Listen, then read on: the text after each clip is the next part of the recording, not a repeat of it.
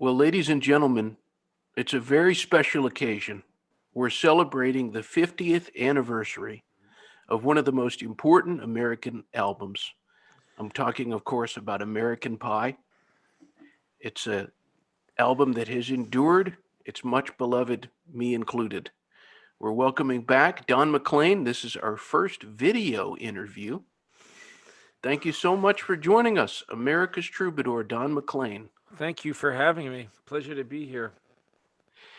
You know, the first time we talked was 10 years ago, and we were doing a show to commemorate the 40th anniversary of this album. And here we are, 50th.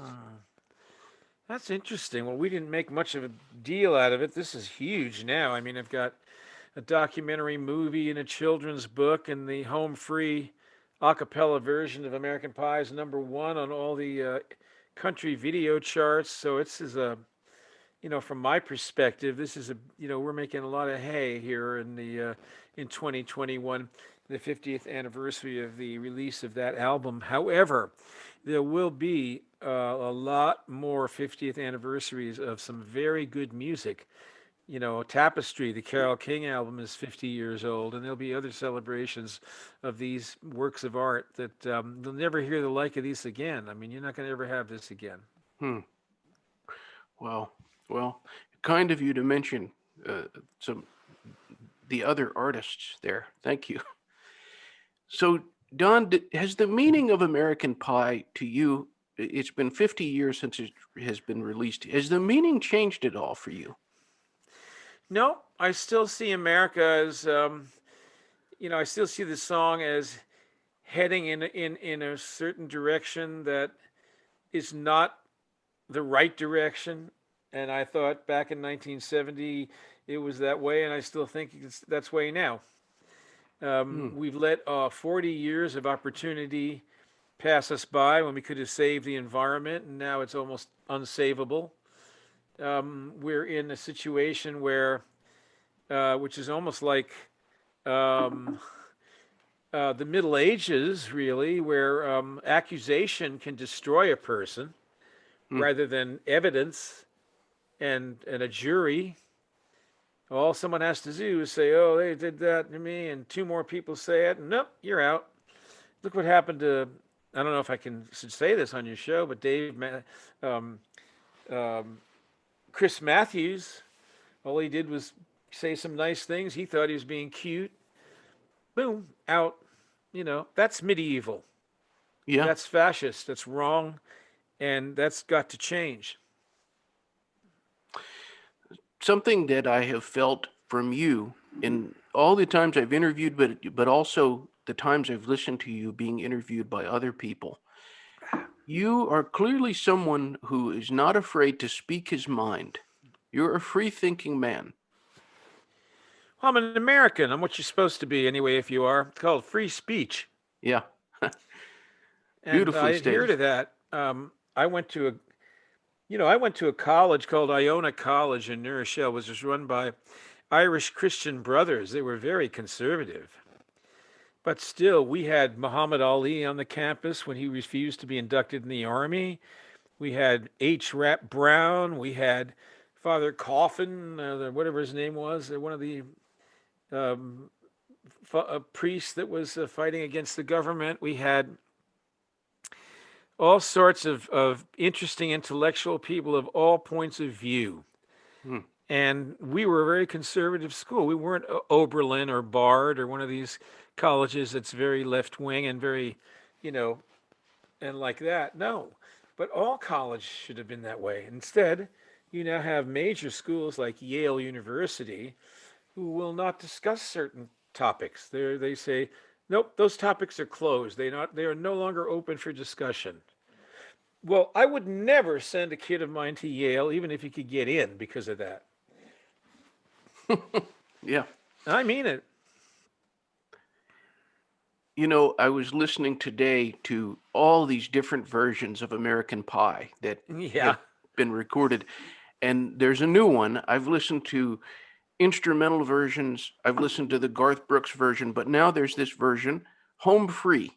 hmm Tell us about what you thought of their perspective on the song. Well, two things I learned. Number one is that there is a growing appetite on the part of young people, and maybe they're just young folks in country, for a cappella music, which I think is fantastic. I did not know this. My manager, Kurt Webster, said to me, there's this great group called Home Free, and they're part of a number of other groups, but they're really near the top, and this American Pie version may put them at the top. I hope it does. And they're doing this, and they're doing very well. They sell out halls, and people love what they do. And they'd like to do a version of your song. I said, well, great. I'll participate however you want. So I then heard what they did, and I thought, I could have heard it and said, well, I don't think I want to do this. It's not for me. But I said, boy, they really are good. And, when you hear this, it's 8.5 minutes, just like the song. You don't miss the instrumentation. The Yeah. instrumentation is missing, but you don't miss it. It's full and it's happening, the whole time. So I was astounded. And then, much to my delight, it became commercially successful on all the iTunes charts and now the country video charts. And my song, my album, and my version of the song is getting played like crazy, and theirs is getting played like crazy. And lots and lots of good comments, thousands and thousands of nothing but good comments from people. It's incredible. I hope everybody out there checks it out.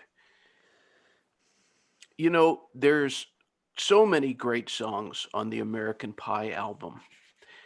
I watched when it came out the exchange that you had with Tucker Carlson, which you want to talk about an interview that's 5 minutes long where so much was said in such a short period of time.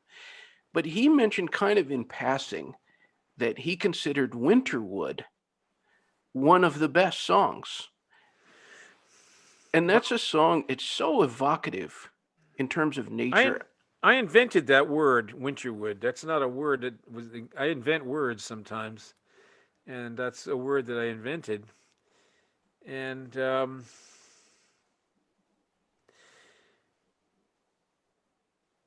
there are a number of songs on that record. Vincent came out right after American Pie, and that immediately ended the question of whether or not I was a one-hit wonder.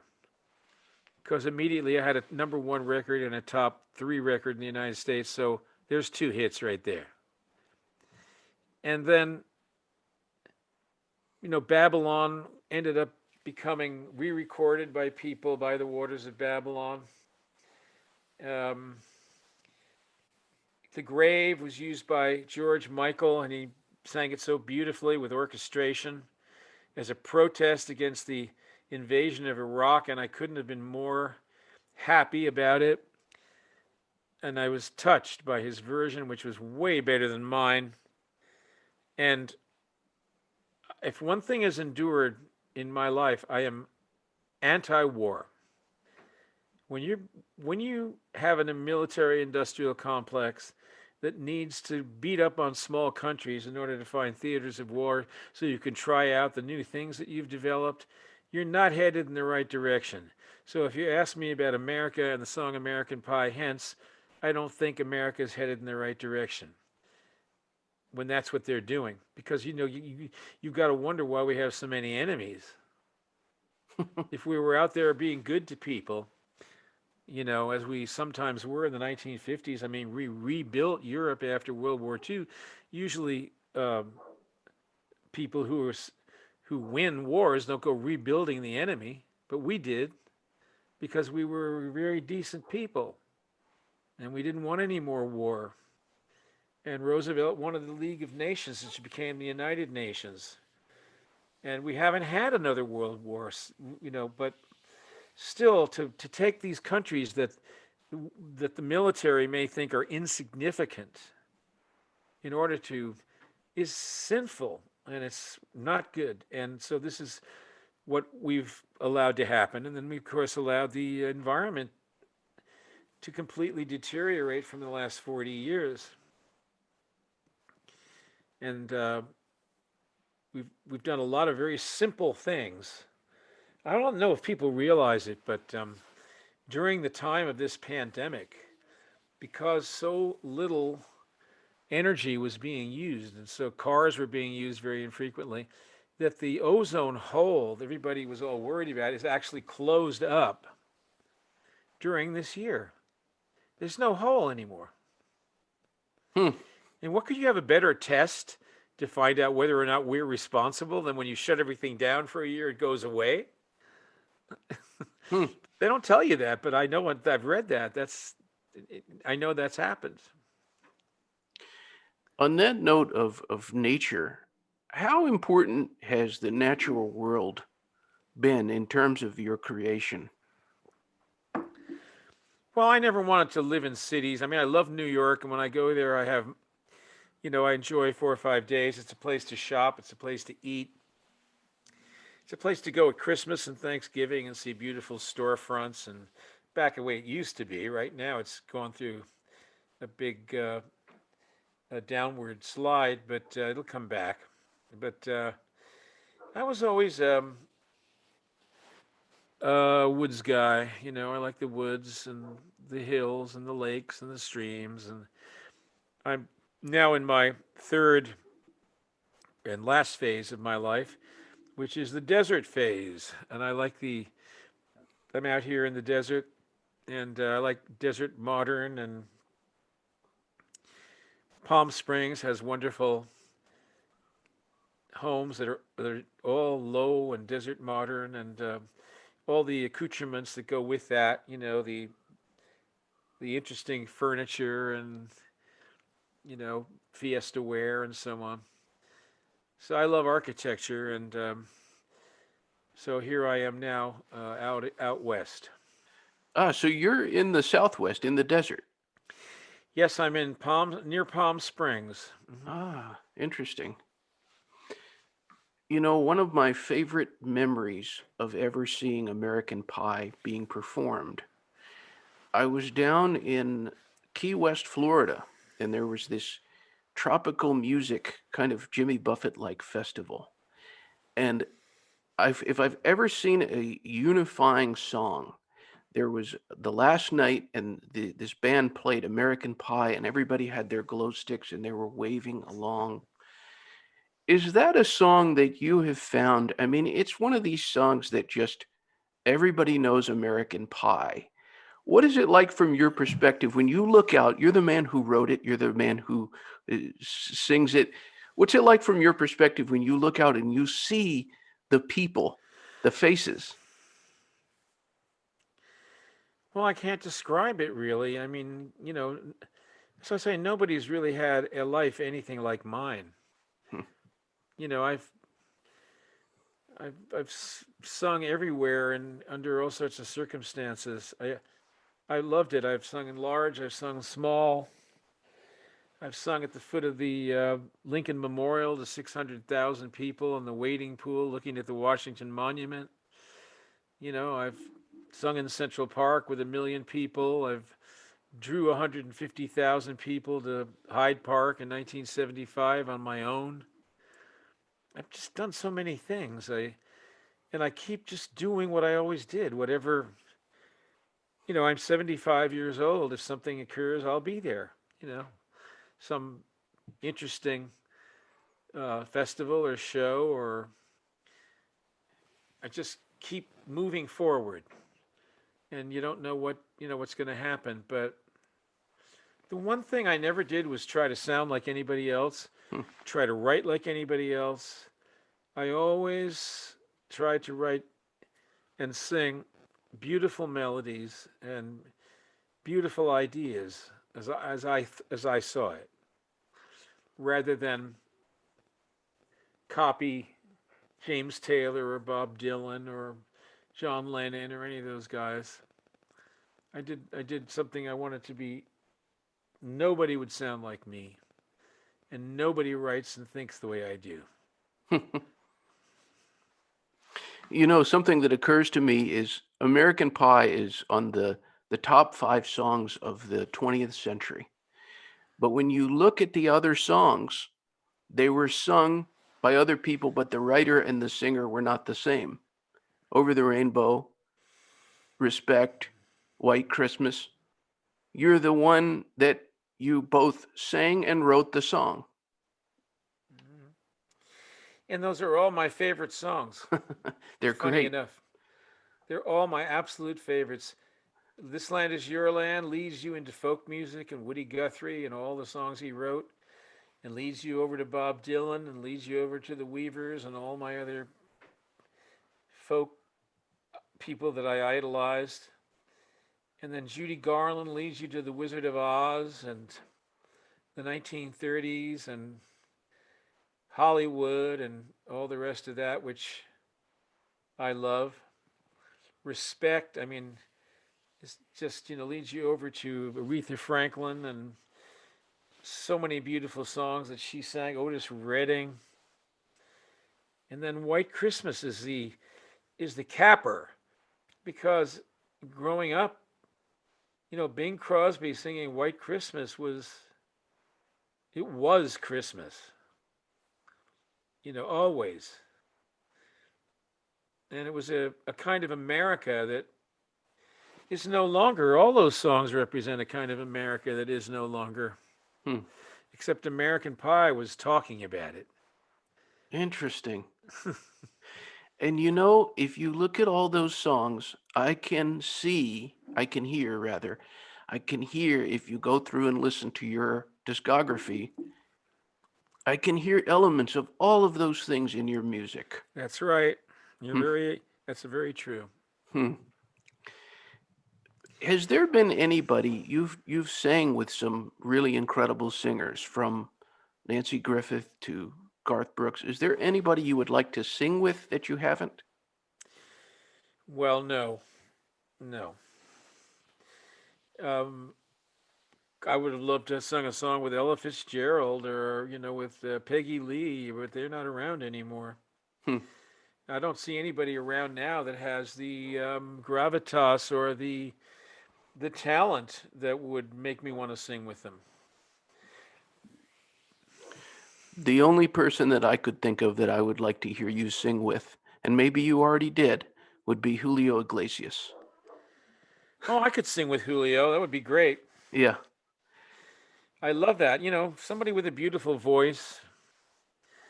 I love in the rock and roll. I always love the real singers, Elvis Presley and Roy Orbison, Marty Robbins. Those are the three that always come to my mind as the best singers.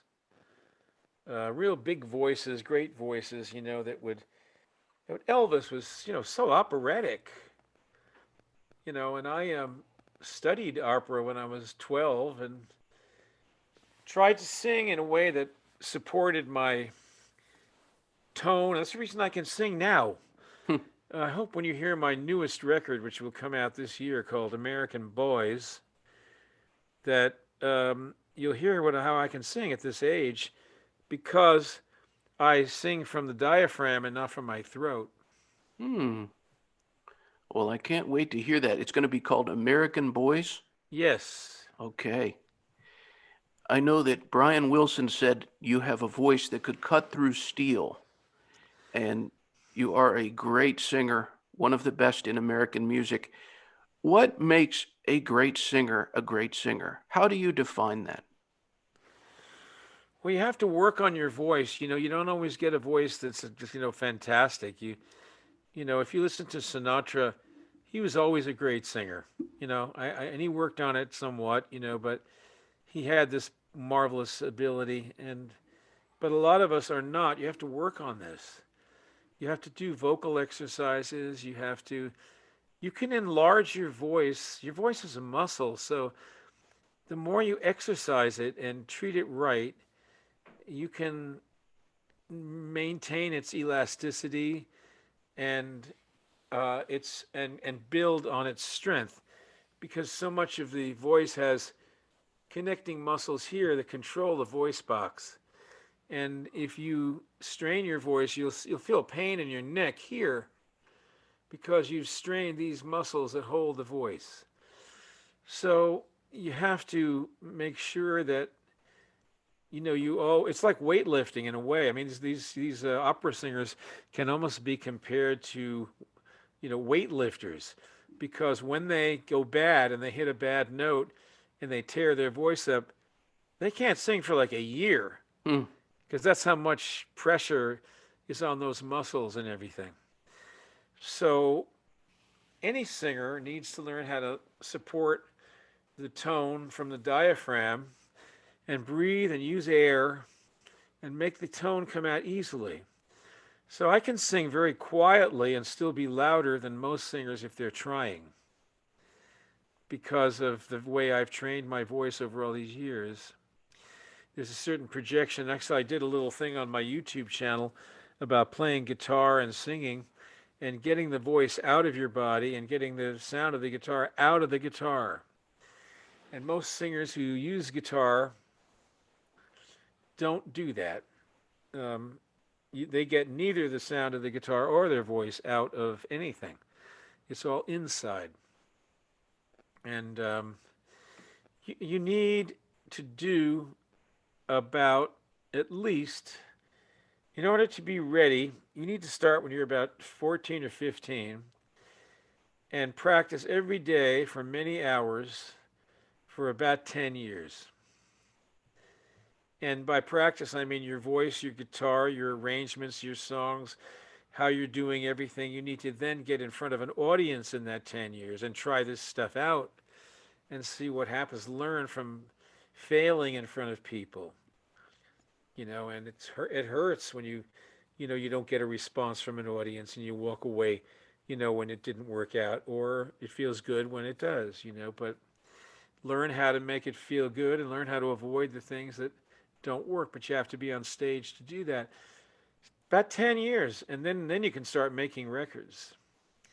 And then if you're lucky enough to have anything that anybody wants to hear, then you'll be ready. But that's the big moment, because when you make records, then you put it all down. This is it. This is the final word on I Get Around or Fun, Fun, Fun, or Vincent. That's it. No more. No more chances. And so, when you go in, you really got to know what you're doing. And it's hard because you change your mind. You look back on some things that you might think a year later and think, oh, I wish I'd have done that a little better or whatever. But see, if you're really a good recording artist, you don't do that because what good is and you get it. It's an art form. Being a recording artist, being a performer, being a singer, being a songwriter, all of it is all different art forms. And you have to work very hard for many years to get those and learn how to do them. American Pie, the album, to me, it's one of the most perfect sounding albums. Is there anything when you listen back to it that you would have changed? Yes, I would have put background voices and choral voices on Everybody Loves Me Baby. Ah, Yeah, I don't like how that sounds. I would have fixed that song up and made it a little bit more punchy. Other than that, I have no other uh, problems with that record at all, and it works okay, without it. But I would have done that. A minor quibbling. I'm quibbling. But the song American Pie, if you really want to understand that and get the feeling of what I was trying to do, you have to listen to the whole record. Start with the first go and go right through to the end. do you consider American Pie to be a patriotic song in any way? Yes, because I'm an American, I love America, and I did the song because I loved America, and I still love America. And I don't like people that hammer away at America all the time. I don't like people who think America is great no matter what. Yeah. And I don't like people who are always finding fault with America. And you have a lot of them now on the far left, and you've got a lot of those other nutcases on the far right. And neither one of them have it right. The question is, we're all Americans. We should stop using hyphenations. Yeah. African American and Mexican American. You're American. Mhm. That's what you are. You gave up Mexico and you gave up Africa when you came here to be an American. And forever you're an American and be proud of it. If you hyphenate everything, you're fracturing it. and bring your culture with you by all means, and teach everybody else about your world. That's the point. You know, everybody should know about every other country. And when they come here, we become Americans. We're different now. We're different. We have the Bill of Rights, we have the Declaration of Independence. It was interesting because I was thinking the other day about this song. Now they're having a lot of trouble with the national anthem. People are complaining, and some people are, using it for a moment to protest and everything. And I was thinking, it would be really fun if I were asked to sing the national anthem. Let me find this, and I'll do it. I'll tell you what I was thinking. If if I could, before I sang the song, um, if I could talk a little bit about what it means. And Hmm. so let's look at this now. It says, "Oh, say, can you see by the dawn's early light?"